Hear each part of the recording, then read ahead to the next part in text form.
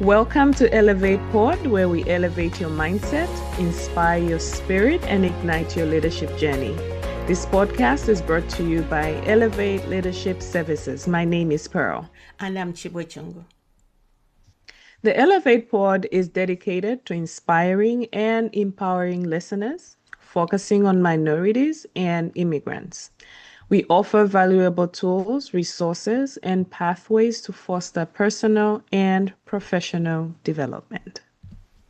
Today, we are truly honored to be interviewing Bolaji Adetiba, who is going to be sharing her incredible journey, her experiences, her thoughts on perseverance. In today's episode, the theme sits close to our soul because perseverance is not just about pushing through, it is about becoming. Perseverance is more than resilience. It is the quiet decision to show up again, to rise one more time after being knocked down, to say, I will, even when the world screams you can't. It's not about perfection. It's not about speed. It's about grit, determination, focus, and most importantly, faith. Like Dr. Angela Duckworth says, perseverance as a component of grit is the passion that sustains commitment for long-term goals. But I believe it's also spiritual. It is the whisper of purpose that keeps us walking even in the dark. And I'm sure all of us here on this stage, we can say, yes, it does. But before I ask Bolaji to say a few words and before we dive in the interview, I would like to take a few moments to just introduce Bolaji. Bolaji came to the US at the age of 30 with a 2-year-old daughter, 2 suitcases, and a big dream. Her background was then in accounting and banking, but realized early it would not translate easily in the US. So she had to start doing something.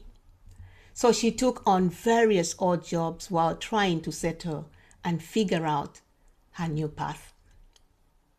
She returned to college 5 years later to pursue a nursing degree while driving a minivan and raising 3 children under the age of 7. Faced with a very difficult nursing school experience and an even tougher first 1.5 years of as a graduate nurse, she experienced workplace hostility, jealousy, and lack of support. Nurses eat their young. That's what she called it. Was a reality. And I'll ask her to define what she meant by that. Left a 2-year contract after 18 months due to overwhelming challenges. Changed jobs multiple times trying to find the right fit. Recognized twice in the Press Ghani survey for patient care and performance. Returned to graduate school 2.5 years later, seeking growth and more impact. Graduate school was even more demanding than undergraduate studies. Becoming a nurse practitioner opened many doors, professionally and personally. She secured a great job with stable hours and the ability to help more patients and families. She built a meaningful friendship with professionals of all ages. She was nominated the Nurse of the Year in the city where she worked. Despite the hardships, the journey has been rewarding and fulfilling. She learned how to be resilient, how to persevere, and most importantly, staying focused on your goals. But one of the things that is very important to her, she's a mother of three children, two daughters, and a son. Bolaji, do you have anything you would like to add? Thank you so much for the great introduction. I think you said it all. Yeah, like many immigrants, we came here, we start all over again, and we push forward. So I've been here for a little over 28 years, and I'm glad I'm here. Um, in spite of everything else that has happened, all the obstacles and everything, but this is a place I'd rather be at this time, at this stage of my life. I'm glad I'm here. Wonderful. That's wonderful. And we're glad you're here too. Thank you for joining us today Thank you. on a wonderful topic that is so dear to my heart and so dear to all of our hearts. There has been days in my life, and maybe yours too, where giving up felt easier, when doors didn't just close, they slammed, when no became a chorus, or when progress felt invisible. But here's the truth: perseverance builds us in the silence. It's in the early mornings when no one is clapping. It's in the lonely meetings, the rejected proposals, or the battles that we fight in private life. That is what we're here to discuss today. So let's explore this further, and I'll go straight into my very first question for you. Can you share a time in your life when giving up seemed easier, but you chose to persevere? What kept you going? Thank you. There's been, many, many instances in life, but the one that readily came to mind is when I suddenly found myself to be a single parent. So it's all well and good in the morning. By the end of the day, I was a single parent to three children, and the youngest at the time was 5 weeks old. At a 5 weeks old, I have a 2-year-old, and I have a 6-year-old. So before I suddenly became a single parent, my aspiration was to go to school, to be a nurse. And I just wanted to be a licensed vocational nurse, just to make enough money to take care of their family, with my husband at the time. So when this happened, I mean, the whole family was in a crisis. It was chaotic. I didn't know what to do, and that was now a time for me to start thinking about going back to school. So the best thing for me to do at the time was to just say, okay, I'm not going to go to school anymore. But my kids were the reason, my three children were the reasons I persevere, because I knew that the only way for us to make it, to get out of the financial rut we were in at the time, was to go back to school, get a degree, or even a vocational license that will help us that will help me make more money so I can spend more time with my children. And that was exactly what I did. Um, it was tough at the time when I went back to school. I have a 7-year-old, a 5-year-old, and a 7-month-old when I went back to school. It wasn't easy at all. People around me that knew and saw the crisis that I was in, they advised me not to go. They said, this is not the right time. You're not going to make it. Nursing is a tough profession to venture into. Well, I had no choice. I had three kids, to feed, to clothe, and to to provide a shelter for. So that was what pushed me. That my kids were my motivation to go back to school, and they were the reason I persevere. Well, you know Wow. what children can do for us.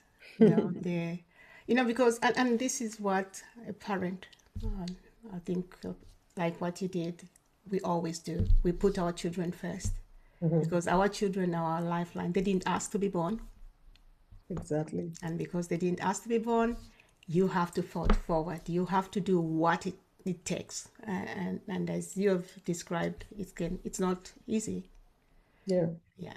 And that's why maybe I would like you, as you said, it's not easy. Maybe also let's take a little step back and you define to truly what perseverance is for you on a personal level and Mhm. how it has actually shaped your life to where Okay. you are today, where you can have these smiles and you can support your children and look back and say, the journey was worth it. Yeah. So, the people that advised me not to go back to school at that point in time, they meant well. They were friends of my family. They truly cared and they saw what was going on. So they were not ill intended when they said, don't go back to school. But the first semester in school, I quickly realized why they said, do not go back to school. I've never been a fan of the math. So I failed a remedial math. It wasn't a hard math, it was a remedial math. I failed a remedial math. I got my grade, I got home, I sat down in the middle of my room and I cried. I cried because I felt like I disappointed myself. I cried because of my pride Yeah. that, oh, we told you so. We told you this is not the time. But I had to, pick myself up and dust myself off and, take the class again. So I was glad that I was given the opportunity to repeat the class. So being a remedial class, it wasn't going to go towards my grade anyway, but it was an important step for me to get to a higher level of math, of algebra. So I was scared when that happened. I was very afraid because I've been out of school at the time. I think I've been out of college for at least 10 years at the time when that happened. So it was really very scary for me. I remember my first class in English 101, and they said, they were calling on us, the student to share, with the class, the last book that we read. And I don't remember the title of the book now, but it was the book about dinosaurs that I read to my kids. And, when I said that, a lot of people giggled, but that was the last book I read. So it was quite a challenge. But my pride was one of the reasons, and also my children. Mhm. Wow. I believe there's a correlation between perseverance and resilience. Mhm. And I would like to hear your experience on that. So, my question is, was there a moment when your resilience surprised even you? And what did that experience teach you about your own strength? Um, I think that moment was when I became a nurse, not a nurse practitioner, but I became a nurse.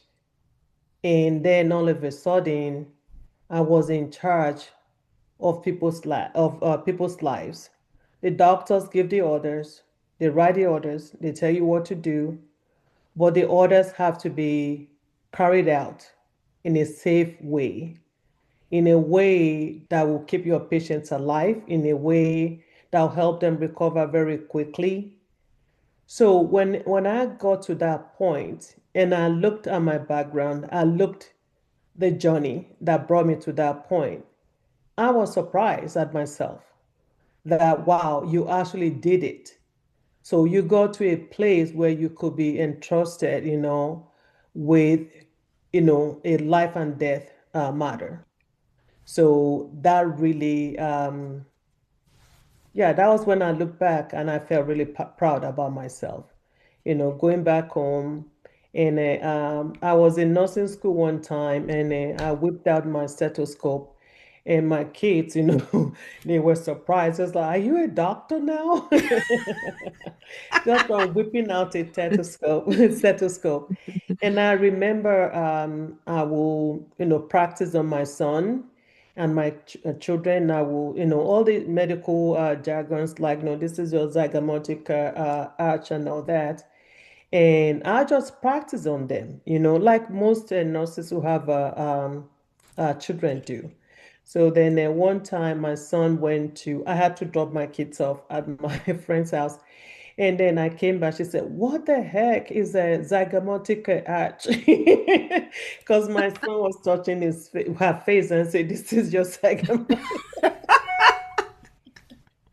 So it was quite a journey. It was as a single parent, it was hard.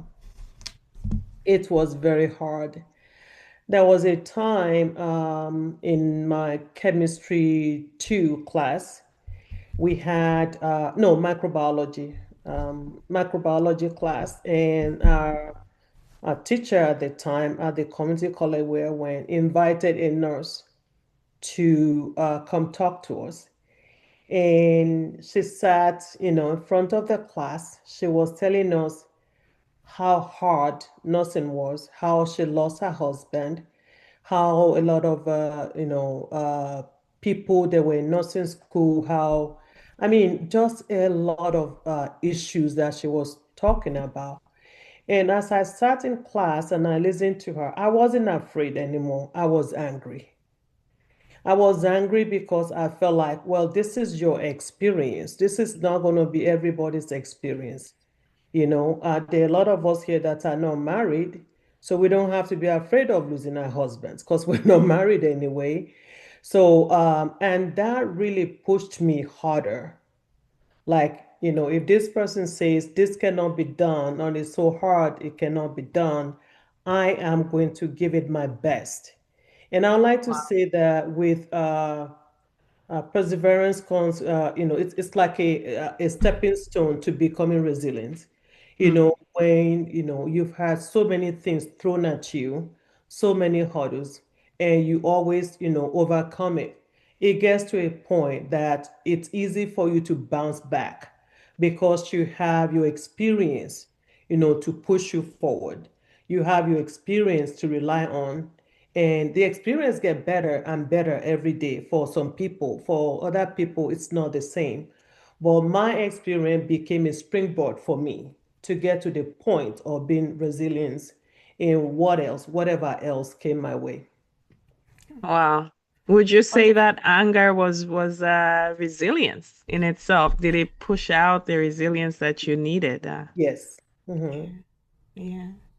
I think Hmm. you've talked about how I think not wanting to fail helped you. I think you also talk about hearing this person talking about not, there's no encouragement, right? No, no, It's there just, was no, I mean, it was one assault over mm, another assault because mm, my microbiology teacher at the time mm, was always beating us in the head. mm, How if you are making less than 80 in this class, you will not make it, through nursing school.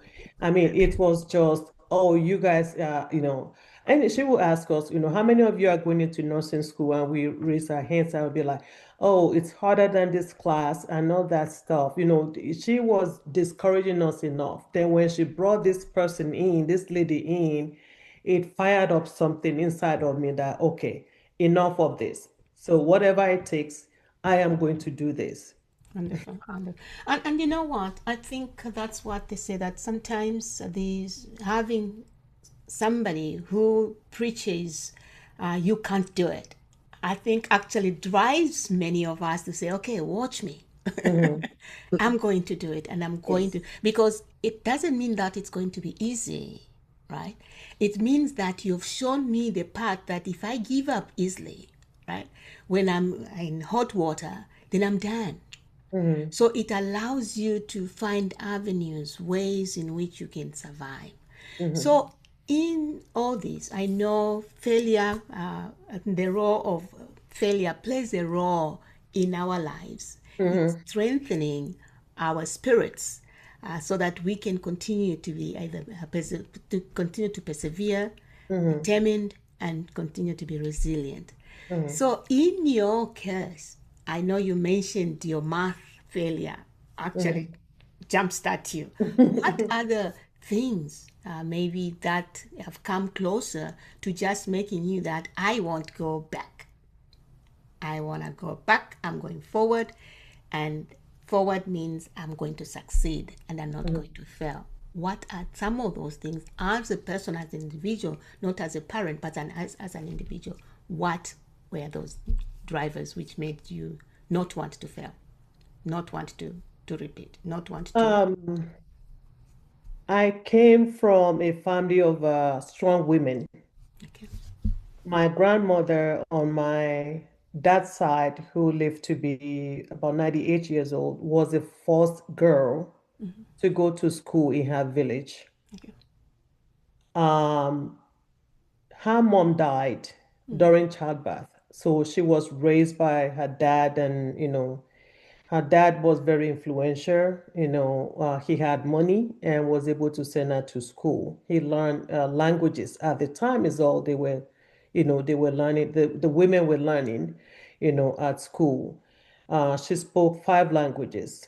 She started teaching us English language even before my brother and I went to a primary school.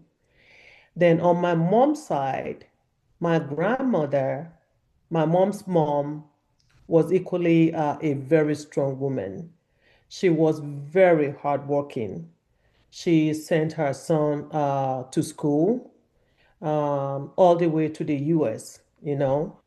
And I just felt like I had these mighty women on my shoulders telling me to push forward.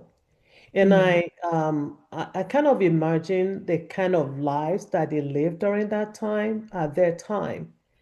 And I knew that it was nothing compared to what I was going through. It was much harder for them. Coming from, they were married to men that have multiple wives and all that stuff, where you have to stand up for yourself, and not just for yourself, but for your children and for your belief. So I felt like my grandmothers were on my shoulders, like encouraging me and whispering to me. There's been so many times I felt like going back. And that really became apparent when I was in graduate school. In in nursing school, in undergraduate school, it was a little easier because I don't have to work that much. I can just work like 24 hours a week, and then we'll be fine. Then it came to a point I could only work like 8 hours a week. But with graduate school, I had to work. We were mandated to work in order for you to carry on your experience. Even without the mandate, I had no choice because if I don't work full time, I will lose my insurance. My kids will not be insured anymore. And I think that's the scariest thing, I can ever think of, not to have insurance. I will also lose income, you know. So I kind of questioned what exactly I was doing, but the questioning was like, it came like in a flit of a moment. So there's a goal I set for myself. And the goal I set for myself was to be financially okay, just like my grandmothers were. The goal was to be able to help my children to move to a place where there will be a good school, good ISD for my children, so that my children themselves can have a good education and then spring forward.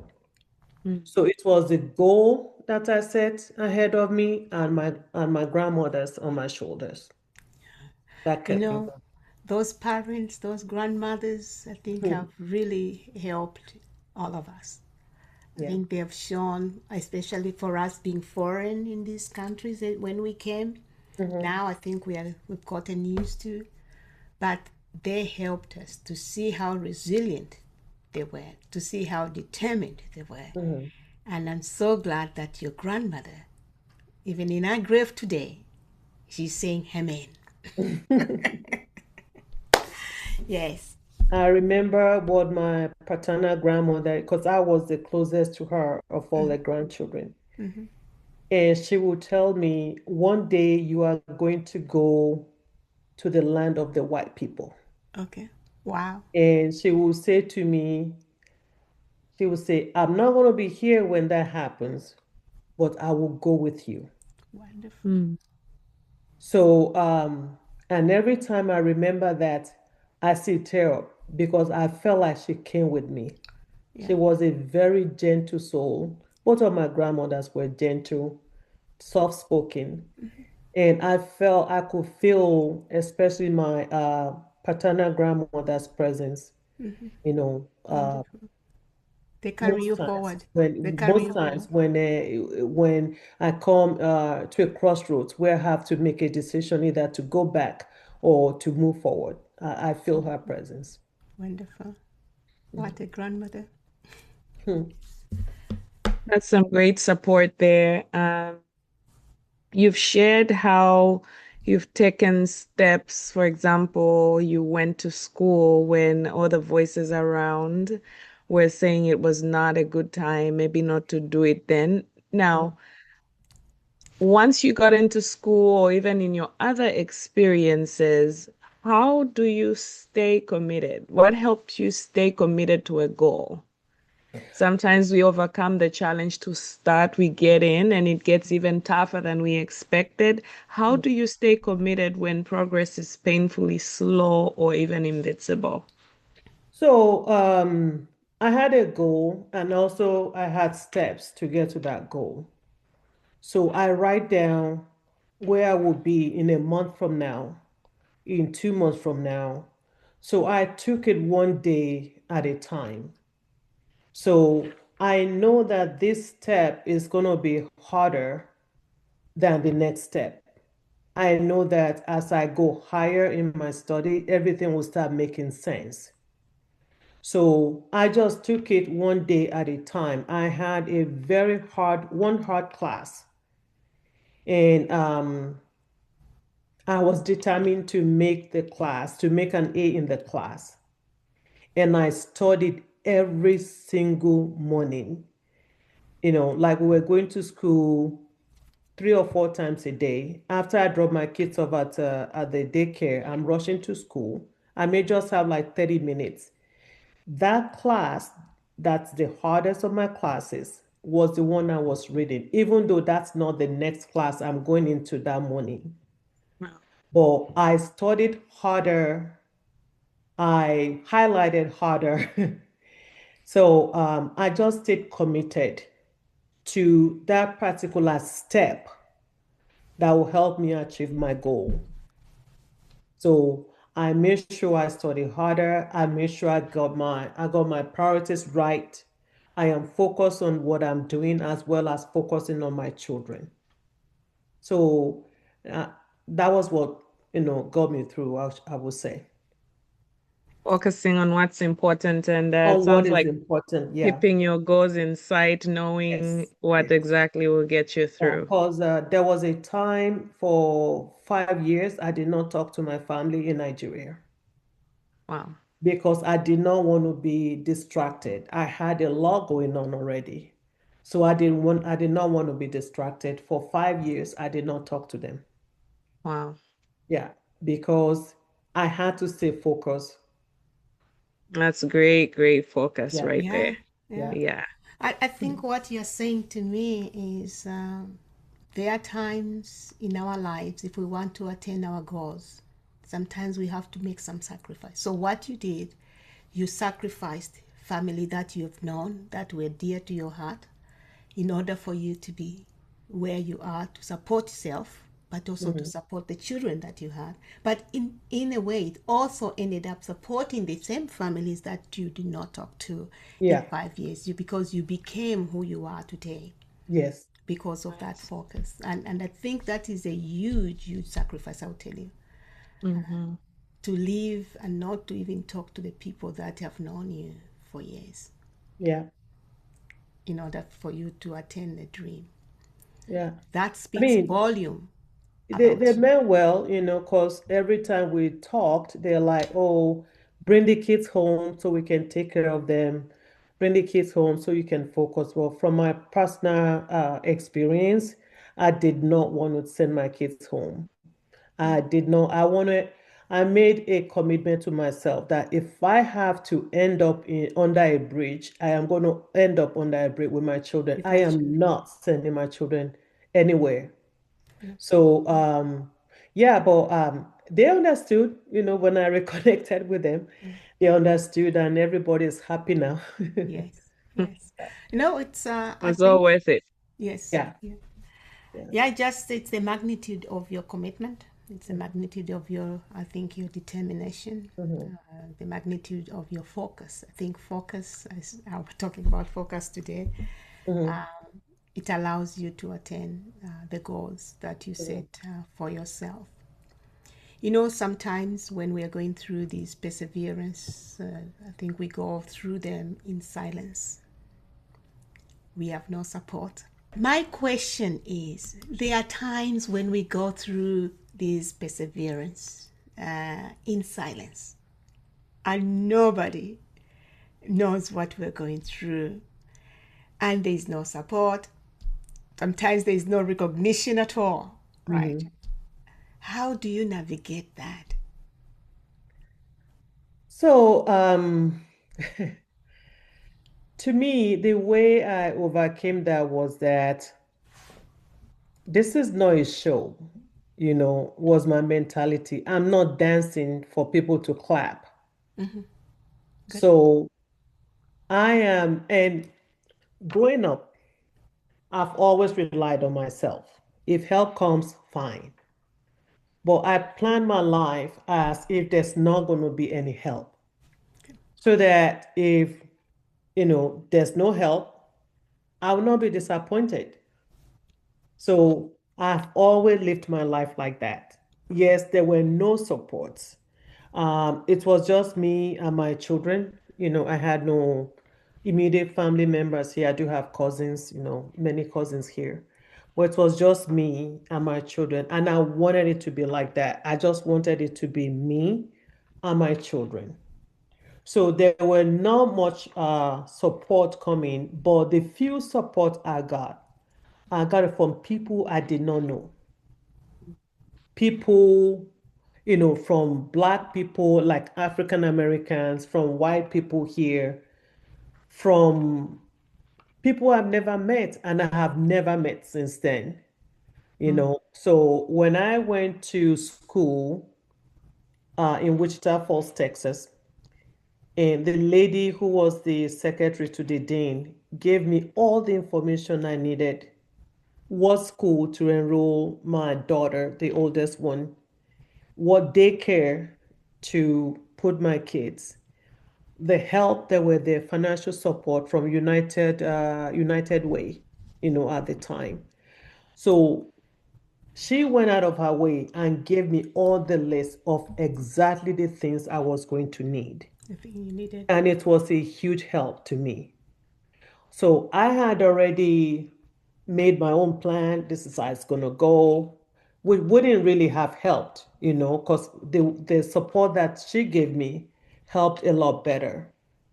But at the same time, I was prepared to navigate the whole system by myself. Like I'm a lone ranger. I have no help here. It's a town that's about an hour and a half from Dallas. Okay. You drive fast. So yeah, I just live my life like this. I'm not gonna get any help from anybody. But that was back then. But then when I became established in my career, I came across friends. I made friends, professional friends in different career.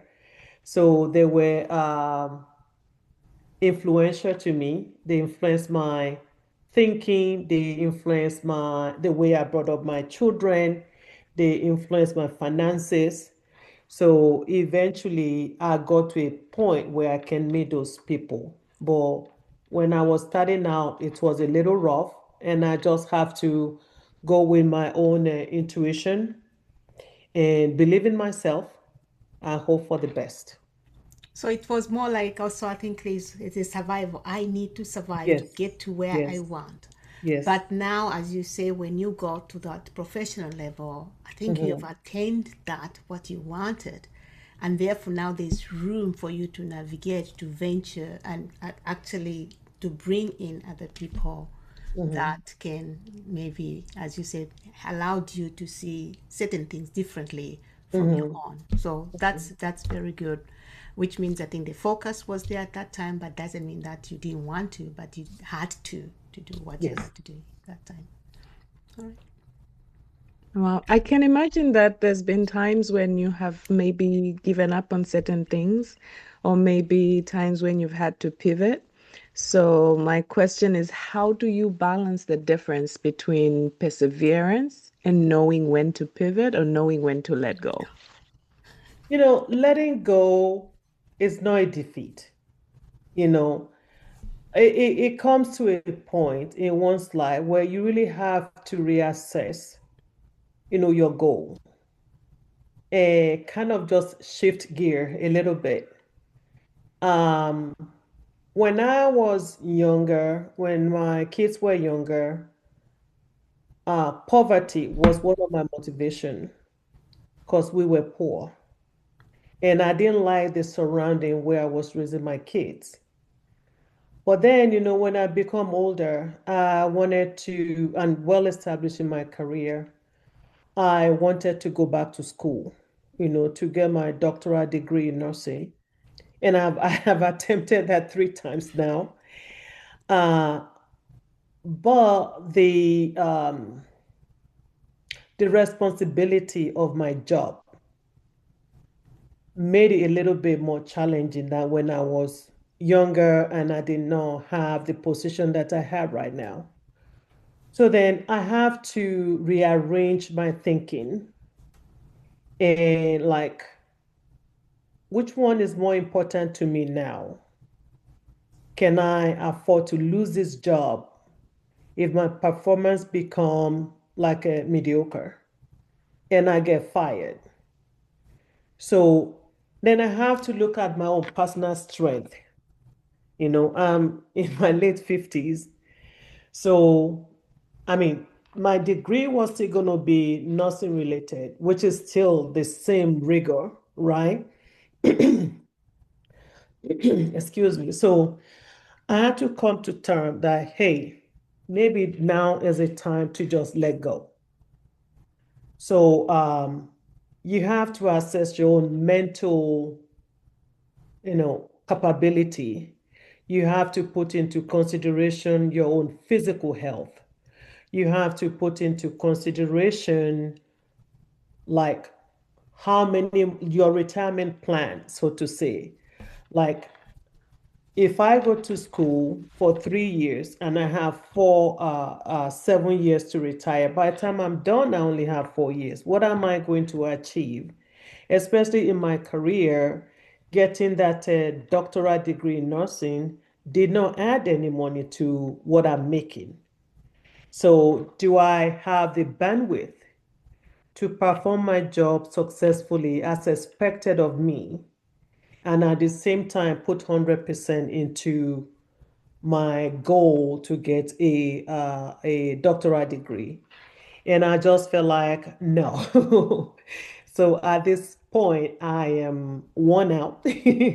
I'm physically worn out. I'm mentally worn out. I just did not have the bandwidth, the physical bandwidth, and the mental health bandwidth, to go ahead and do it. So, like I said earlier, when you shift your goal, when you let go, sometimes it's not out of defeat. Right. Sometimes it's out of, okay, this is where I am. I am okay with what I have achieved. I'm okay with where I am and just let go. Do I wish I go here to the US 10 years before I did? Yes, I did. I wish I got here when I was 18, when I was 20. And I felt like that would have changed, that would have given me the opportunity to probably go higher. But when you are a single parent for years, there was a time I had three children that were all teenagers. Oh dear. I had a 19-year-old, I had a 14-year-old, and a 13-year-old all at the same time. So, and I joke with people, I say, it's a miracle I didn't go to jail. Nobody died, nobody went to jail. So, you just have to know your strength. Yeah, So, yeah. at this point now in my life, for me, I don't see, setting aside or rearranging a goal as quitting. Yeah. Very well said. All right. No, we Yeah. are running out of time. Mhm. And I think I will have two quick questions, and then Pearl is going to ask you the last question. Okay. I think in terms of what can you do for our audience, but for me, I think what I see is mindset plays a lot Yes. in what we do. It helps us to build endurance and also face all the adversity that we have. I think you've talked about how you came here and everything else and what you've achieved. What role did mindset play in all the stages of your journey up to where you are today? And how has it shifted? Yeah, mindset played a huge role in my journey. The mindset of I don't want to be a failure. I cannot afford to not make it. And when I say make it, I don't mean like being a millionaire or being rich, just having enough. So my mindset at the time, driven by poverty, was a mindset of a warrior. And then after I was done, my mindset shifted to that of a survivor. Mhm. But at the time, I felt like I was in a war. I was in a war with myself. I was at war with my environment. I was at war with a profession that do not encourage new graduates. I hope things have changed now, but when I became a new nurse, they were older nurses, not old in age, but more experienced nurses. I felt like they were waiting for the new nurses to fail. So there were a lot of critiques, not just for me. We were like four new nurses in my floor, when I took my first job. But I felt like they were waiting for us to fail. I work with doctors that will mock my accent on the phone. They will correct the way I said a particular thing, you know. And then, I worked with one that was just very, very nasty. And he ended up getting fired, the doctor.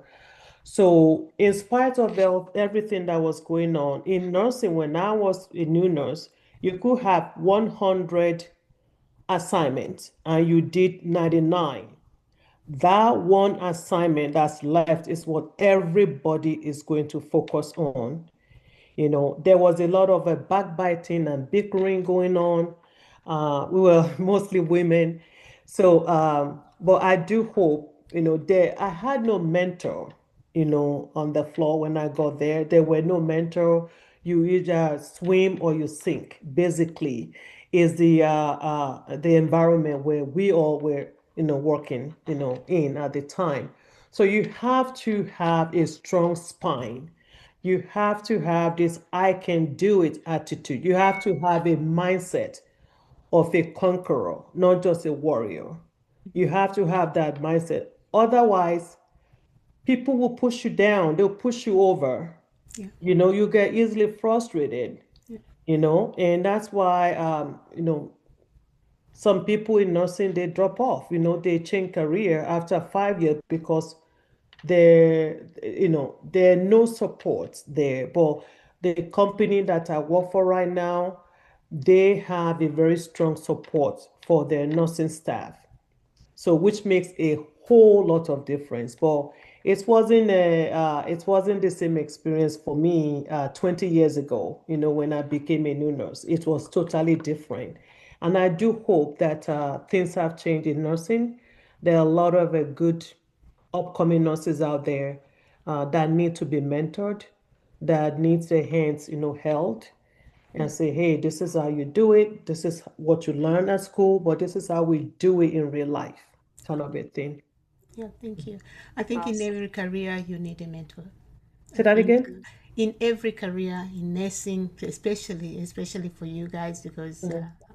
you are working night, day, this, and Yeah. caring about the others, serving Hmm. others. I Hmm. think you need somebody to hold you, to support you, because there are times Hmm. when it's very difficult. You see somebody who is about to die.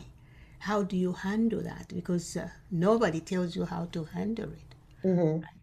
So yes, it's my hope that I think they've instituted this, and these are some of the things that maybe can be advocated for, because we all need mentors. We Hmm. all need mentors to thrive.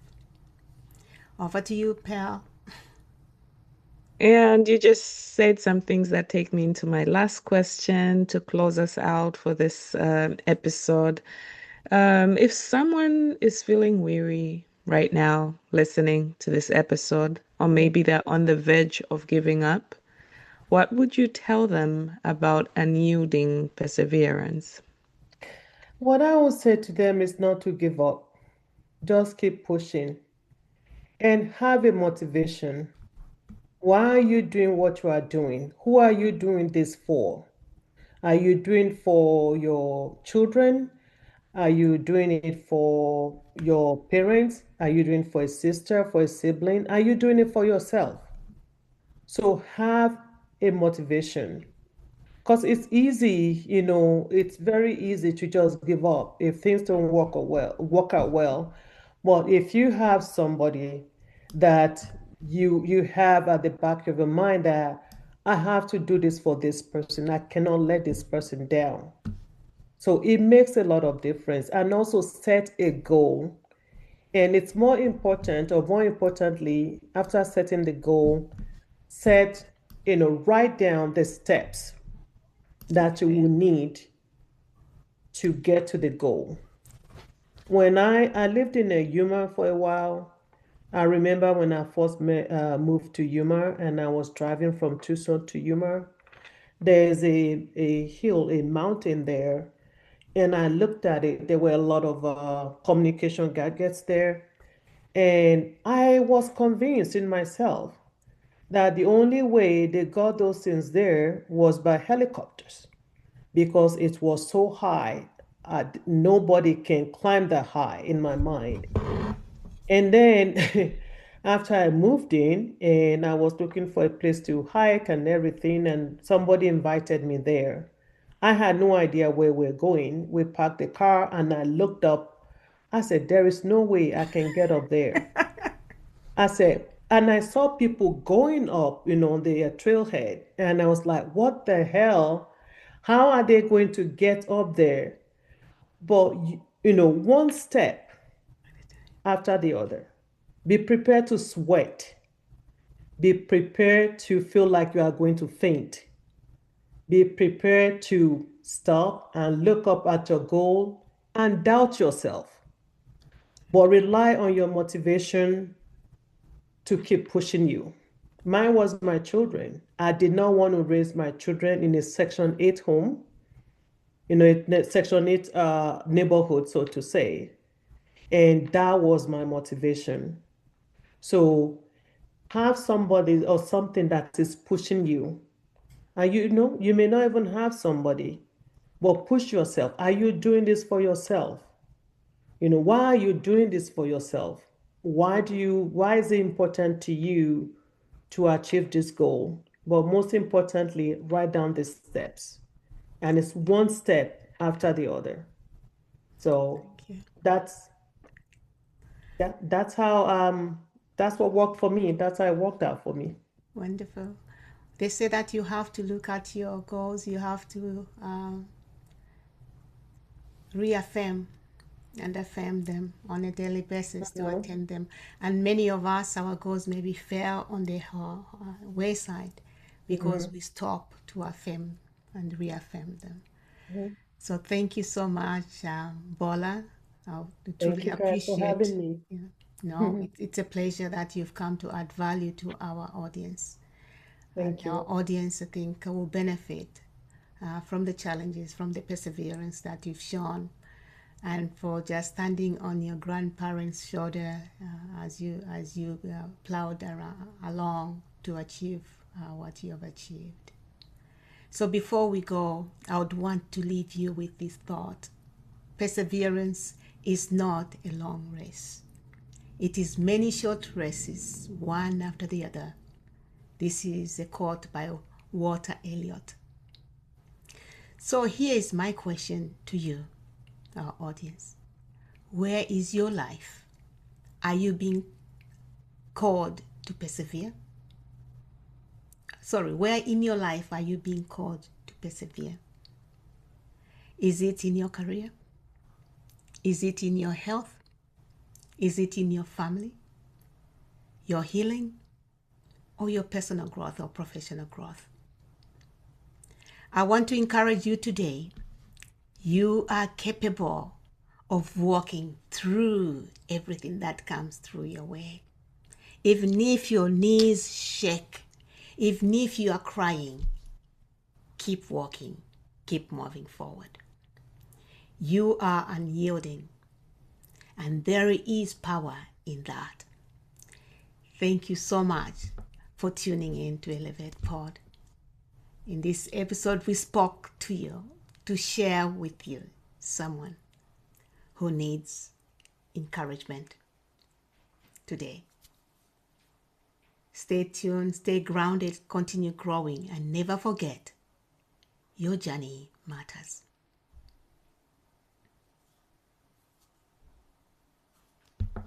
This episode was really enlightening. Thank you to our audience for joining us. Thank you, Bola, for sharing experiences in perseverance. We have taken down so many nuggets. Thank you again. Thank you. So, perseverance is not about never failing. It's about choosing to stand every time life gives you a reason to stay down. So, wherever you are in your journey, keep going, keep growing, and keep believing because you are unyielding, and that is your power.